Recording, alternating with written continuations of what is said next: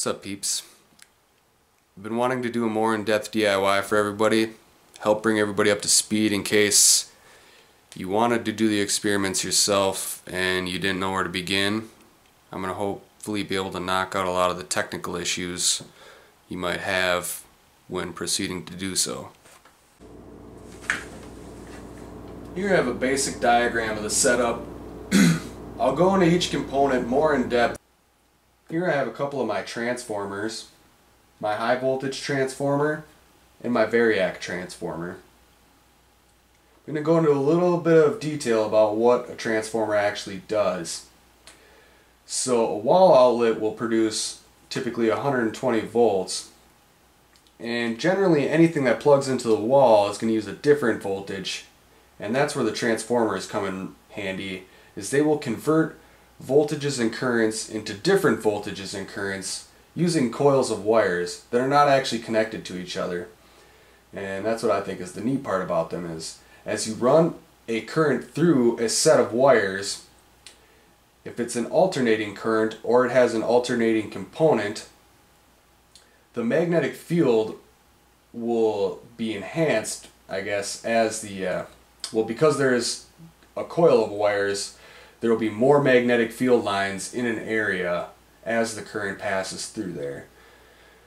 So the current passes through the first coil of wires, and because it's coming out of the wall and is an alternating current, it should be alternating at about 60 cycles per second.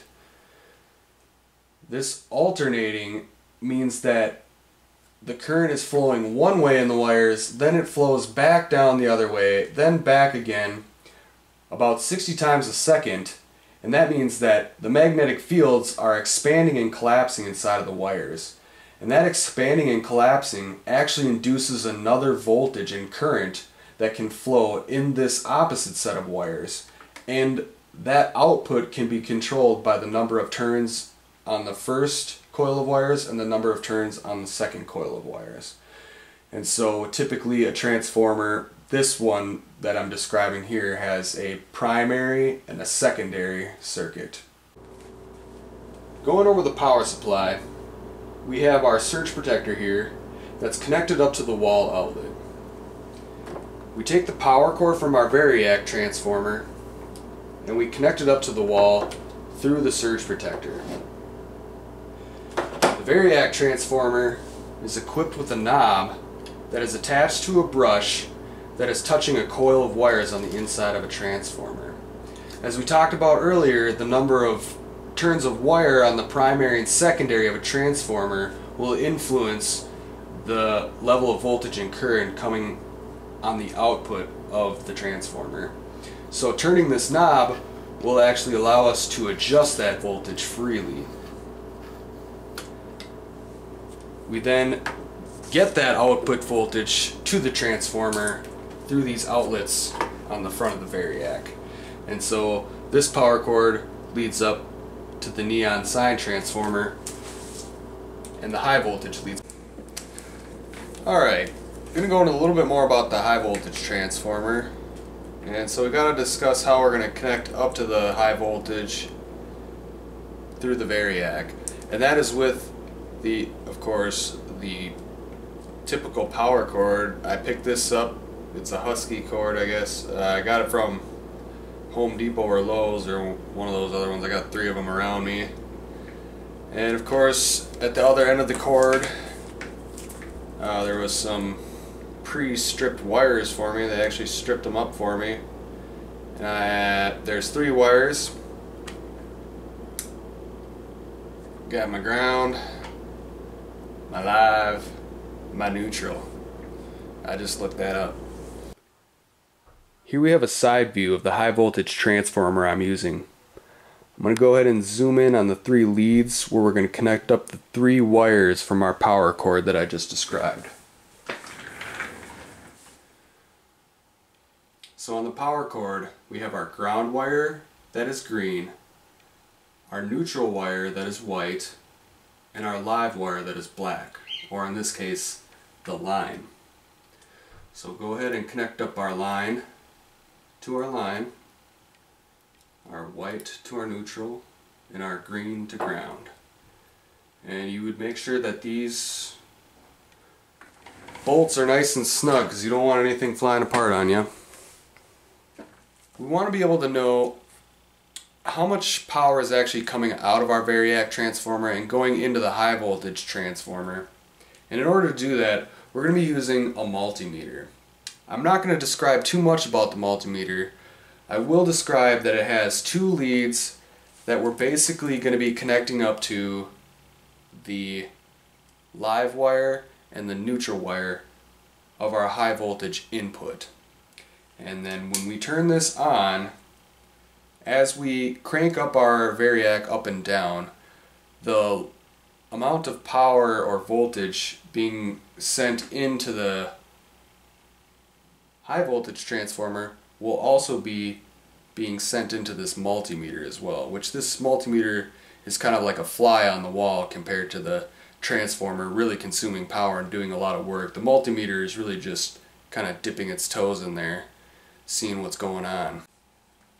Here I have the two leads from my multimeter that I'll be connecting up to my line and my neutral wires for my alternating current input into the high voltage transformer. So again, the multimeter will be now reading the output of the Variac into the input of the high voltage. Here we have the other side of the transformer. The power inputs that we just applied are right here. And now we're focusing in on the high voltage leads up at the top sides of this transformer. We're going to attach some nice long wires. I guess this is just going to be suited for the length of this experiment. It might be different for you. You might want to have your leads farther away from your transformer or something like that. So you're going to have to select your lengths, and you attach these to the nuts and make sure everything's secure. Transformers are going to be different depending on what you're working with, so you might have to look up the model type and how it actually is wired up. I did actually look up this one before I wired it up. I watched some other people wire it and test it. So now that our plasma driving circuit is complete, we're ready to start connecting our high voltage leads up to a vacuum system. Before I go into detail about how to build a vacuum chamber and connect it up to a vacuum pump for this sort of system, I'm gonna do a demonstration about the effects of electricity in higher and lower pressures. And to do that, I'm going to be using my Tesla coil here, which is another transformer that has 5 turns on its primary and about 800 to 1,000 turns on its secondary. So it's producing a pretty beefy voltage for a 30 volt input. Okay, I got my Tesla coil running, and here on top I have one of my vacuum chambers I made, and it's filled with a low pressure of nitrogen and argon. I'll show you the differences in electrical discharge compared to the atmospheric pressure using this electrode.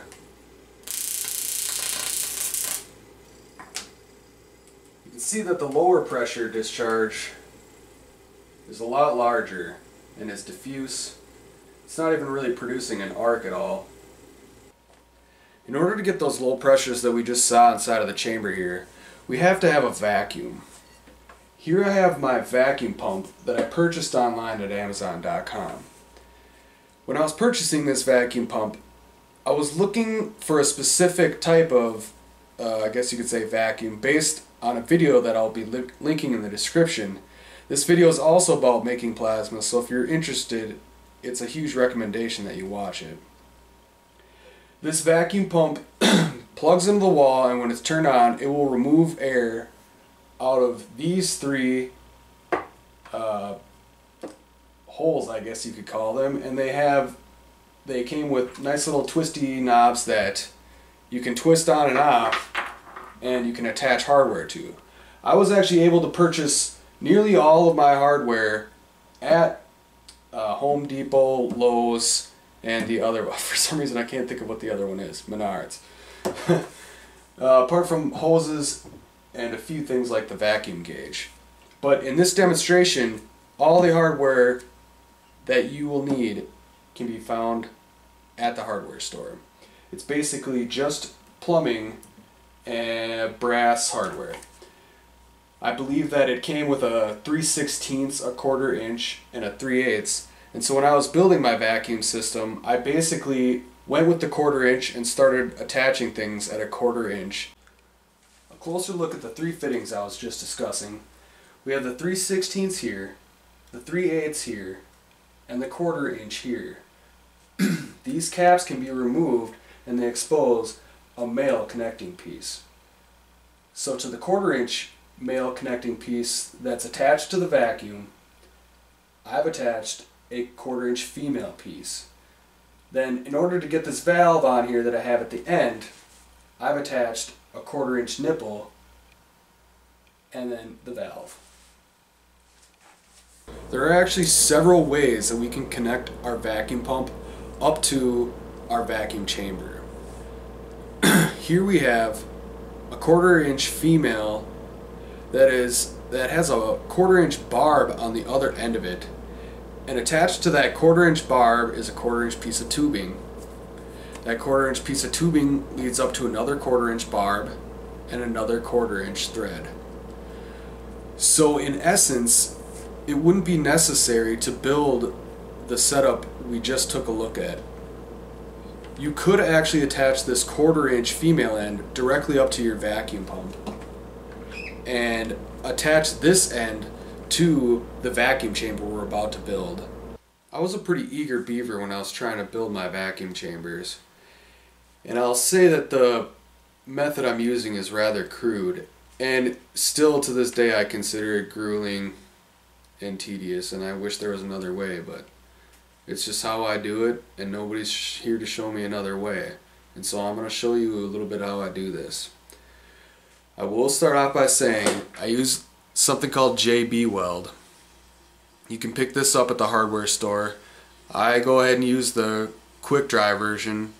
It sets in about 6 minutes so you can take your hands off any work that you might be doing. Another thing that I didn't mention yet is Teflon tape. You want to wrap this tape around your threads as you're connecting up your hardware to your vacuum system. Here's a valve that I attached to the top of my vacuum chamber. You can actually use the 1/4 inch thread that has a barb connected to it that would connect up to your hose if you wanted to, but this is what I would use.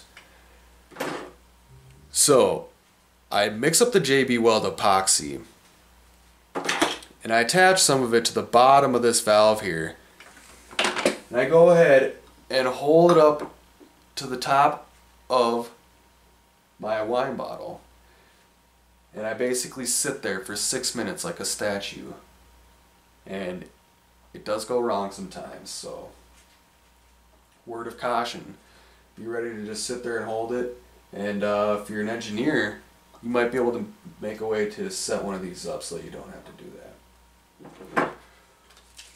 Once that actually sets on there, this piece is actually still pretty fragile, and I've acquired some aluminum foil tape.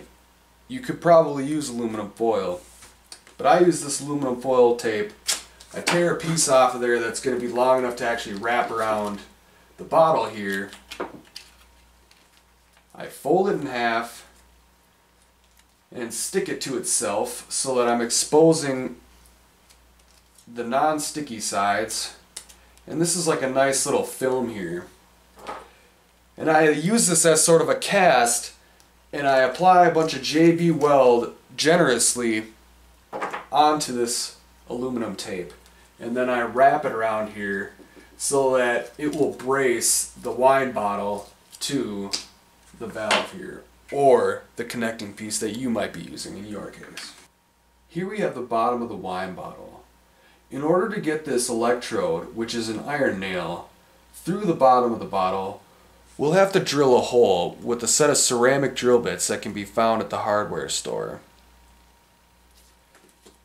After you've drilled a hole in the center of the bottom of your bottle, you can use some JB Weld and go ahead and weld that baby right down in there.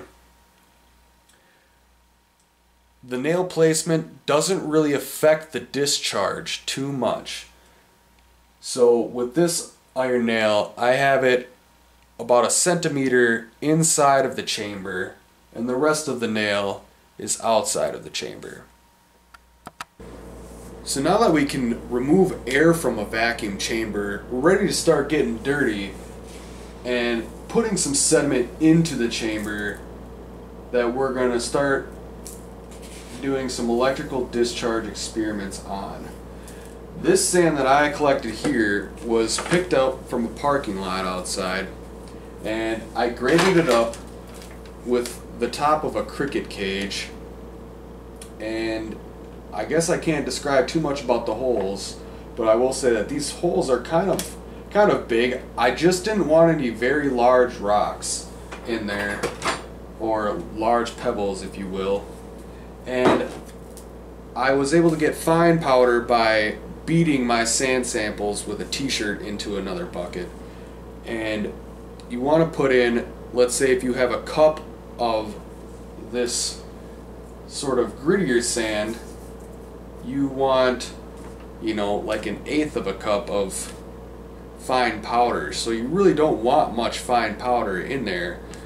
I would say that my vacuum chambers with the centimeter electrode, they will contain about 2 cups, 2.5 cups I think it is, of the gritty sand, and I would say not even like 1/4 of a cup of the very fine powder, because that very fine powder will start sticking to the glass. Now if you have a larger chamber and you're capable of getting high vacuums, use the fine powder, because that's something that I'm working towards and I hope to be able to achieve sometime. I don't know when it'll be, but in order to get the sand in there, I roll a sheet of paper into a funnel and I tape it off, and I go ahead and put that up on the top and start pouring it on in there. We're ready to return to our plasma driving circuit and connect up our high voltage leads up to our vacuum chamber. We're going to do that by connecting one high voltage lead to the iron nail at the base of the wine bottle, and the other high voltage lead at the hardware at the top of the wine bottle to complete a high voltage electrical current through the vacuum chamber. I'm actually going to end the video here because while operating this vacuum system and the electrical cratering experiments, I want to cover some of the variables that I am observing from behind the camera, and I also want to make sure to be covering some of the safety things, because there are a couple things that I'm not too sure about when I'm working with plasma, and I still do proceed with a lot of caution. So thanks everybody for watching. It's been a lot of fun for me.